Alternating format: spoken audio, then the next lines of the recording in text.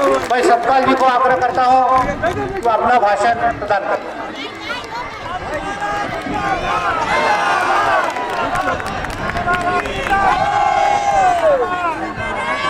हो गए हैं पीर पर्वत सी पिघलनी चाहिए, इस हिमालय से कोई गंगा निकलनी चाहिए। मेरे सीने में न सही तो तेरे सीने में ही सही, कहीं भी आग लेकिन आग जलनी चाहिए। सिर्फ हंगामा करना मेरा मकसद नहीं, सिर्फ हंगामा करना मेरा मकसद नहीं, मेरी ये कोशिश है ये सूरत बदलनी चाहिए।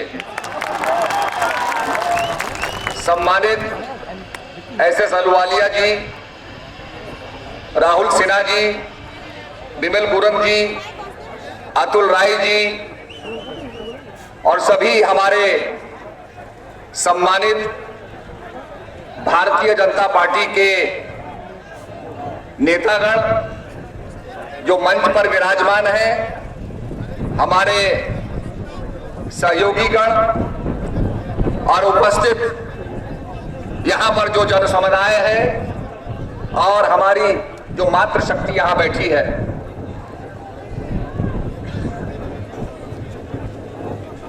चमन के साथ रहो, चमन के साथ रहो या खिजा के साथ रहो, जहां कहीं भी रहो बाके पन के साथ रहो।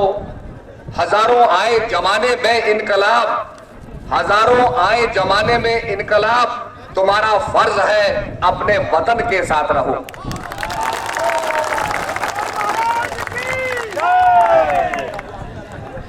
बंधुओं, अगर हम देश की सीमाओं की तरफ देखते हैं तो आज ये पाते हैं कि हमारी सीमाएं सिकुड़ती जा रही हैं। आज भी मैं आपसे वार्तालाप कर रहा हूं तो एक एक इंच चीन भारत की तरफ बढ़ रहा है। भारत का नक्शा छोटा हो, भारत को घेरने की साजिश चल रही है। ऐसे चुनौती भरे माहौल में ये हमारा कर्तव्य हो जाता है कि हम मोदी जी का साथ दें। भारत को एक सक्षम नेतृत्व चाहिए। India needs a capable leadership. इस लीडरशिप को देने में मोदी जी सक्षम हैं। मैं ये बताना चाहूंगा कि आज से 25 साल पहले मुझे चीन जाने का मौका मिला, पेकिंग जाने का मौका मिला, जिसका नाम आज बदल करके बीजिंग हो गया है। वहां पर 2 कमरों का एयरपोर्ट था। 24 घंटे में 2 जहाज उतरते थे। उनका इंफ्रास्ट्रक्चर बहुत खराब था। चीन को एक गरीब देश माना जाता था और भारत से और भी पिछड़ा हुआ माना जाता था। परंतु 25 साल में चीन ने बड़ी अभूतपूर्व प्रगति की है। आज वो दुनिया का नंबर 1 देश हो गया है क्योंकि उनको एक सक्षम नेतृत्व मिला। अगर हमारे देश को भी एक सक्षम नेतृत्व मिलेगा तो हमारा देश भी संसार का नंबर 1 देश बनकर के रहेगा। मैंने कांग्रेस पार्टी को छोड़ा और मैंने भारतीय जनता पार्टी में मैं शामिल हुआ क्योंकि मैंने देखा कि मोदी जी में एक कैपेबिलिटी है, मोदी जी में एक विजन है, मोदी जी भारत की चुनौतियां हैं उनका सामना कर सकते हैं। And definitely India needs a strong leadership. एक क्लास चल रही थी, क्लास में एक लड़के ने कहा बहुत भ्रष्टाचार है, दूसरे ने कहा महिलाओं पर अत्याचार हो रहे हैं, तीसरे ने कहा रोजगार नहीं है। अनेक समस्या बताते गए, आखिर एक लड़का बचा। अध्यापक ने कहा, टीचर ने कहा कि तुम एक आखिरी लड़के बचे हो, अब तुम ये बताओ इन सारी समस्याओं का समाधान क्या है। उस लड़के ने कहा, गुरुजी आप ये बताइए मैं एक एक समस्या का समाधान बताऊं या सारी समस्या का समाधान बताऊं? तो अध्यापक ने कहा नहीं, तुम सारी समस्याओं का एक समाधान बताओ। और उस लड़के ने कहा सारी समस्याओं का समाधान है नरेंद्र मोदी।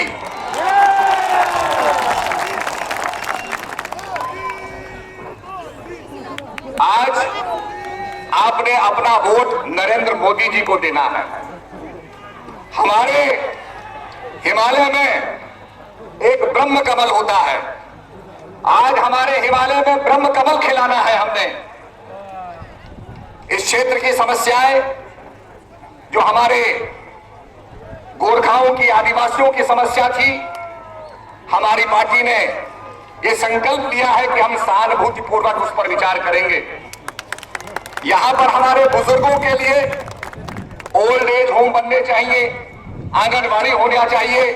पहाड़ों पर पानी की बहुत बड़ी समस्या है, जितने हम पहाड़ों पर ऊंचे जाते हैं उतना ही वहां पानी कम होता है।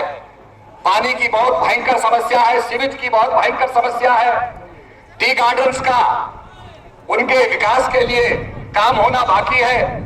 दार्जिलिंग, कालिंपोंग का टूरिज्म बढ़ना चाहिए, जिसके लिए direct flights, helicopter service available हो, यात्री आए, टूरिज्म बढ़े, रोजगार बढ़े, लोगों को काम मिले, इसकी तरफ हमें ध्यान देना है। और मैं ये भी कहना चाहूंगा कि जो हमारे अक़लियत के मानने वाले हैं, उनके लिए मैं कहना चाहूंगा कि मुसलमान केवल खुदा से डरता है और किसी से नहीं डरता। ये भय का वातावरण जो बनाया जा रहा है, ये स्वयं अपने आप में निर्मूल है।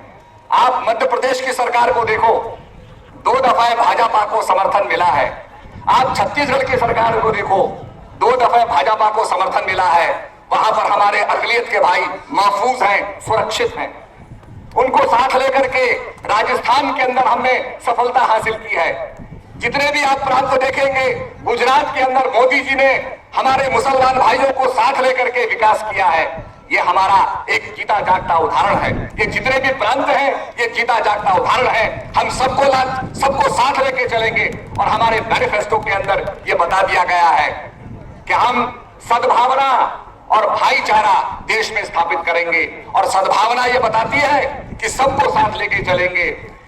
भारत माता के 4 सिपाही, हिंदू, मुस्लिम, सिख, ईसाई, सबको साथ लेकर के भारत का विकास होगा।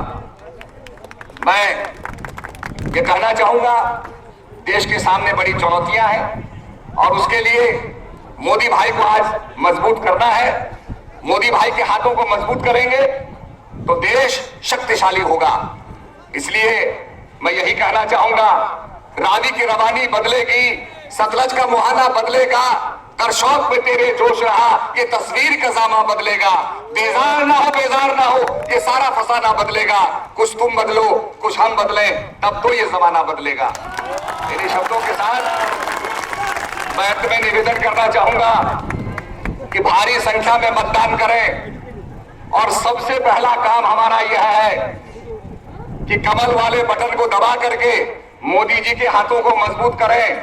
हमरो गोरखा, रामरो गोरखा। जय हिंद।